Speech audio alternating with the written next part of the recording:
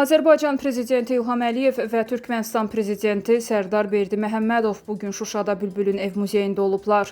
Milli Məclisin deputatı Polad Bülbüloğlu ali qonağa Bülbülün ev muzeyi barədə məlumat verib. Bildirilib ki, atasının anadan olduğu və uşaqlıq illərini keçirdiyi bu ev, Ulu Öndərin göstərişi ilə Şuşa Şəhər Xalq Deputatları Soveti İcraiyyə Komitəsinin 1982-ci ildə qəbul etdiyi qərarla Bülbülün ev muzeyinə çevrilib. 1982-1983-cü illərdə təmir olunan binada muzey ekspozisiyası qurulub və önündə inzibati bina tikilib. Şuşanın inşalı zamanı erməni vandalizminə məruz qalaraq fəaliyyətini dayandıran ev muzeyinin bərpasına digər tarixi mədəni abidələrimiz kimi qədim şəhərimizin işğaldan azad olunmasından sonra başlanılıb.